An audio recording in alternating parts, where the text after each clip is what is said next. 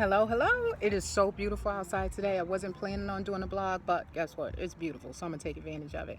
So, I wanted to talk more regarding those that are coming home or those who recently come home that are dealing with the stress associated with transitioning back into society. So, one of the things I wanted to bring up, and I just wanted to make sure I'm very clear.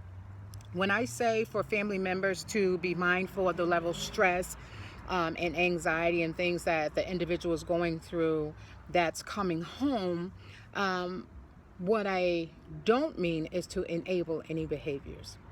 What I'm saying is that being patient with the individual is going to be priority. So with that being said, I want to talk a little bit today about uh, the mindset of individuals. And one guy explained to me this way. He said, Ms. Alston, I went to prison and I didn't quite fit in there. He said, however, when I went home, I still felt like I didn't fit in because everybody I associate with now, is people that have been incarcerated. Not that they're still doing bad things, but that's who they're associating with now. So he feels like he has no place in society. And that's the reality of plenty of individuals. They feel like they have no place. They struggle with that. And you may say, well, I don't get it. You got your family, whatever. Well, when it comes to just a social bonding, when it comes to, just hanging out, doing things like that, when it comes to the camaraderie, it gets difficult when felonies have been a part of your life. It gets difficult when addiction has been a part of your life, a part of your history. So it's important to understand that. So once again, I want to preface this by saying, I am not saying that you enable an individual and you just allow them to sit around for months and months and months and years and them to not take care of their obligations.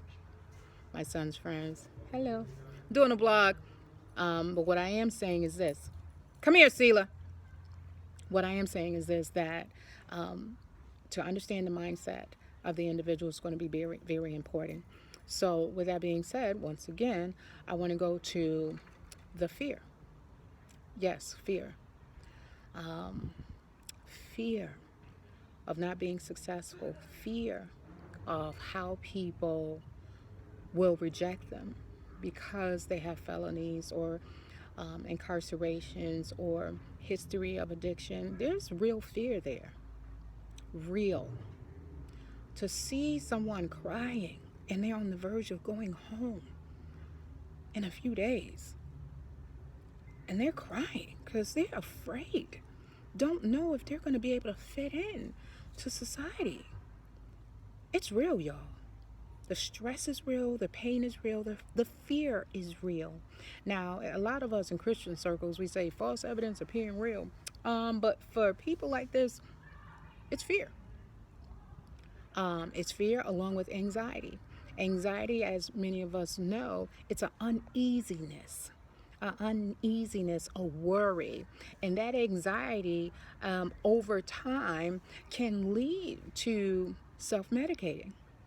Self-medicating can be a number of things for a number of people, whether it be smoking marijuana, whether it be drinking, whether it be gambling, whatever it will be to numb or to help them in that time to cope, because they still have yet to learn how to cope with life on life's terms, as we say. It's hard. It's hard. So I want to go back again to what I was saying about the individual being accountable for their behaviors. And I'm going to just be real, keep it real, okay? There are plenty of individuals that prior to their incarceration, they didn't know how to be responsible or accountable. They didn't know. And they still don't know. So when they come home, to expect that all of a sudden that this aha moment, is going to come and they got it. Not really. They may have gotten something. They may have gained some tools while they're incarcerated, depending if they had to do any type of groups or programs or anything like that. But that's not necessarily true for the majority of the population. So learning how to be responsible and accountable and not to point the finger at anyone else except themselves, whoo, that's a tough one. That's a tough one, because that means that they are responsible for their own behaviors. That means that they are responsible for how their relationship is with their children right now. They are responsible for the void that they feel. It's all them.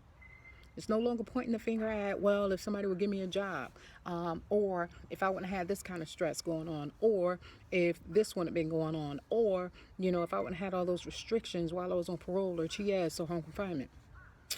Yeah, right. Accountability and responsibility, it's what we all have to do in society. We cannot continue to point fingers at anyone else. We can say, yes, some of this may be due to you not having a father. Get it, been there, done that. Okay, I can say that initially may have caused some problems for me in my life, but what about, I don't know, 15 years later? What about 20 years later? Being abused, molested, raped, all those things, those traumatic things that people go through.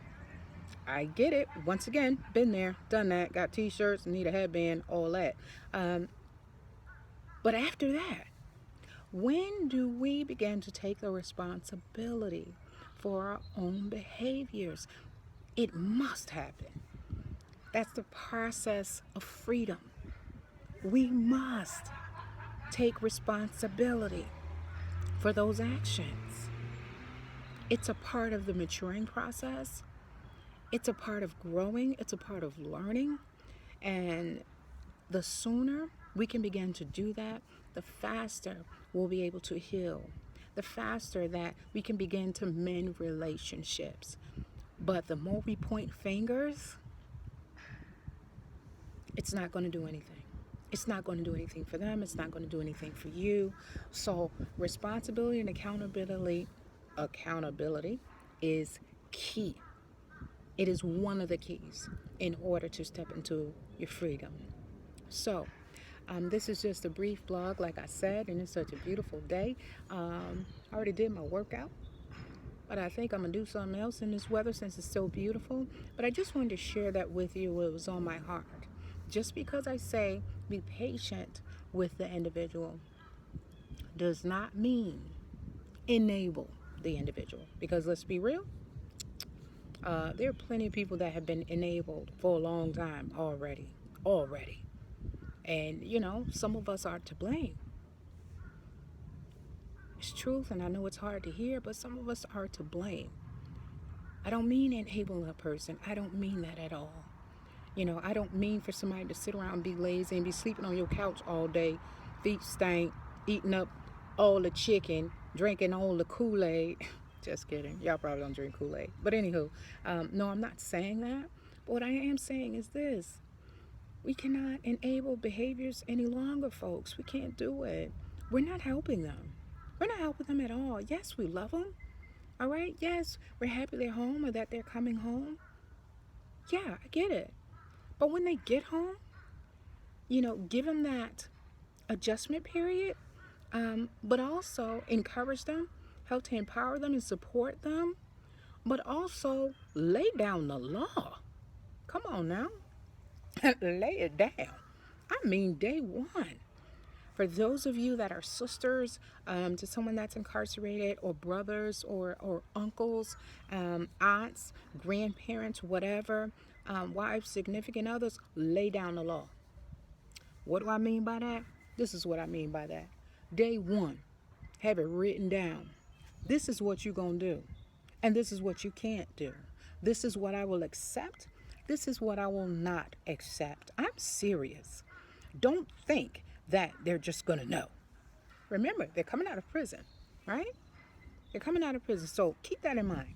Different mindset in prison. So you're going to have to communicate this with them.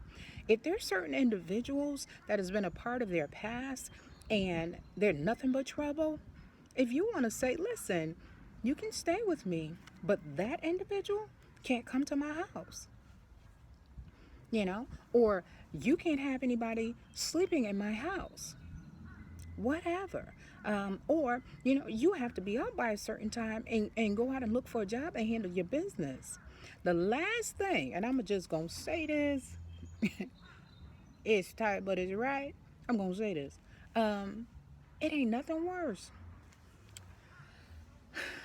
than somebody getting up, going to work every day,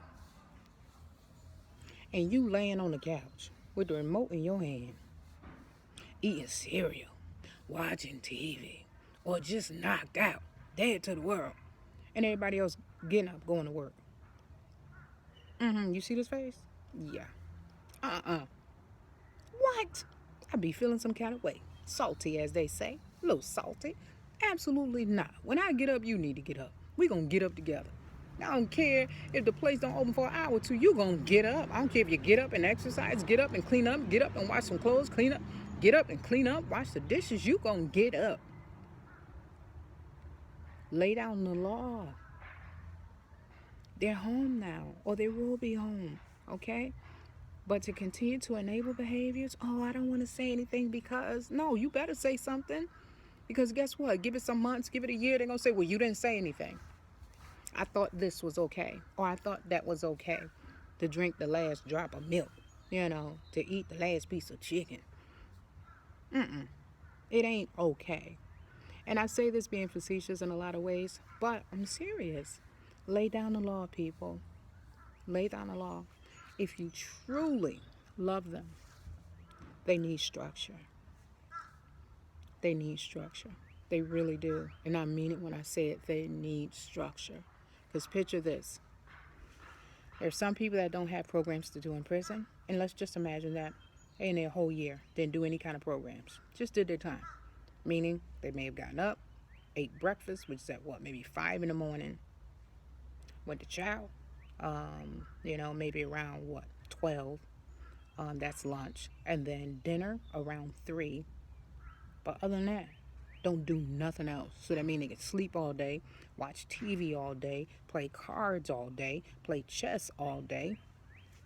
They need structure in their lives. So you need to help them with that structure. All right, I said I was about to go.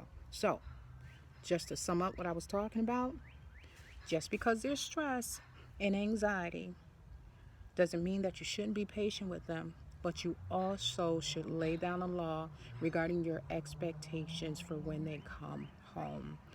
You'll have to give them a minute, give them time to adjust. But I don't care if you have to write it down. Write it down.